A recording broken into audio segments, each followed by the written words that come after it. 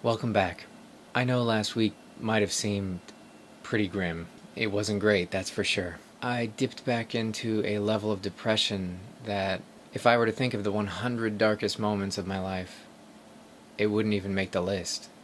Not by a long shot. A month earlier, though, I wouldn't even have thought this type of pain and discomfort were still possible. That being said, I am currently doing much better. I still feel the weight of this depression, and it's definitely continuing to take its toll, but I now find myself in a state of equilibrium of sorts. I am not happy, but I'm not miserable either, and that is a tolerable compromise. Those of you who have endured something similar, and worse I'm sure, understand the feeling.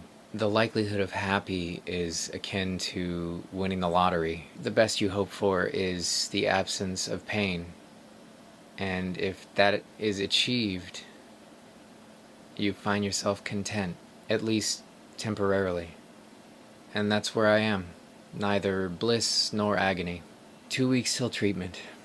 A huge contributing factor to this momentary balancing act came in the form of a well-timed challenge from a good friend. And I want to talk about this for just a moment. While in a state of, say, suicidal depression, or even a lesser depressive episode, the kind that lasts for weeks or months, no amount of motivation could conquer that beast. This may only be true for me, and I don't presume to speak for everyone, but encouragement and motivation are wasted breath when I am at my lowest. Many have tried, and I understand. What else do you do when someone is making poor decisions but attempt to motivate? It's instinctive. For me, I found the most value in someone who would listen to my pain, and listen without offering advice, or trying to force perspective. As a non-professional listener, I think it is the most effective help you can give, to just be there and listen. More often than not, I wouldn't want to talk at all anyway, but knowing someone is willing can mean a lot. Doing this listening without advising is incredibly difficult, and I struggle with it constantly.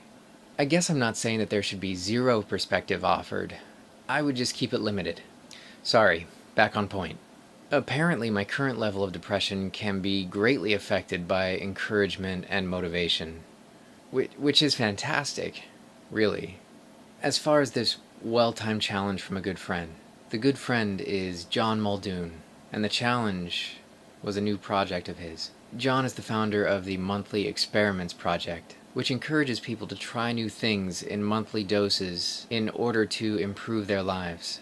There will be links in the description below. And he does this through his own 30-day endeavors and through blog posts where he discusses success and failure and everything in between. It's actually some powerful stuff. In yet another of his many projects aside from monthly experiments, he initiated a call to action to would-be bloggers.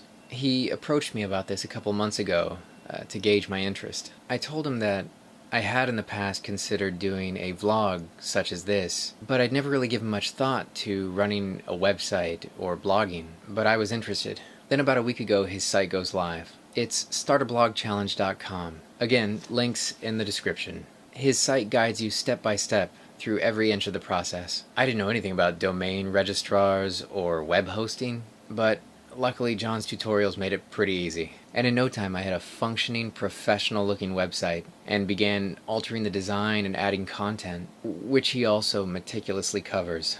Getting the site up and running, writing a few posts, seeing the results, it's renewed my purpose. Whereas I thought this vlog would be the furthest I could go as far as reaching out to people in need, I now have this entirely new outlet. Right now the site is in its infancy, but my plan is to see it grow. My hope is that it becomes a place of solace for those who need it. Somewhere to learn, to share, to connect, to prop each other up, to vent. Anyway, I have a lot of plans for the site, and creating it has helped to pull my head above the water. And that has shown me that this moment of depression is not like my previous moments before ketamine. And for that I owe my friend John a debt of gratitude. You can find my new site at depressionrecovery.org. Hang in there, and I'll see you next week.